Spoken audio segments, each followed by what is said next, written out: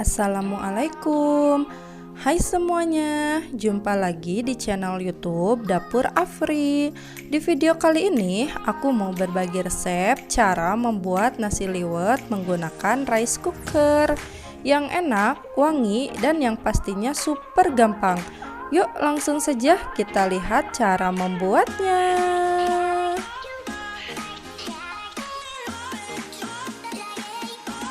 Kita siapkan dulu bahannya. Di sini aku ada 4 cup beras yang sudah dicuci bersih.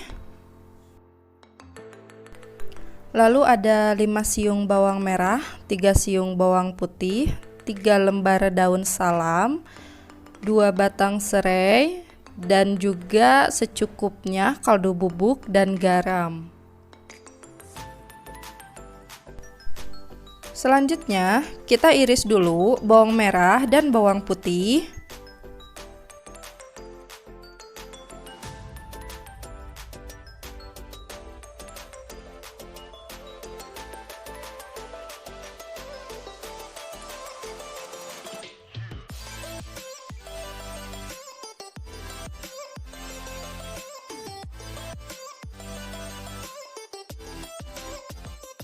Kita tumis bawang merah dan bawang putih yang sudah diiris tadi.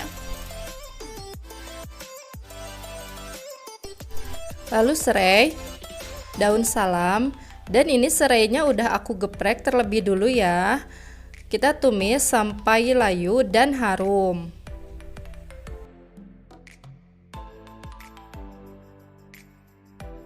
Setelah itu, kita campurkan bahan yang sudah ditumis tadi ke dalam beras dan tambahkan juga kaldu bubuk dan garam. Aduk sampai tercampur rata.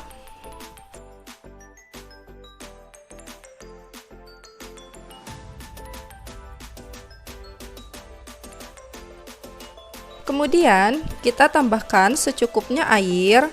Biasanya kalau bikin nasi liwet itu airnya agak dibanyakin ya. Kalau disamain kayak masak nasi biasa, nanti nasi liwetnya jadi keras.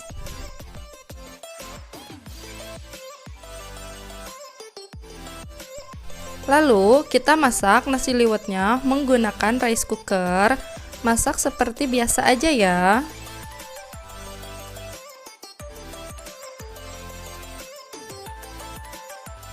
Nah, ini nasi liwet ala dapur Afrinya sudah jadi.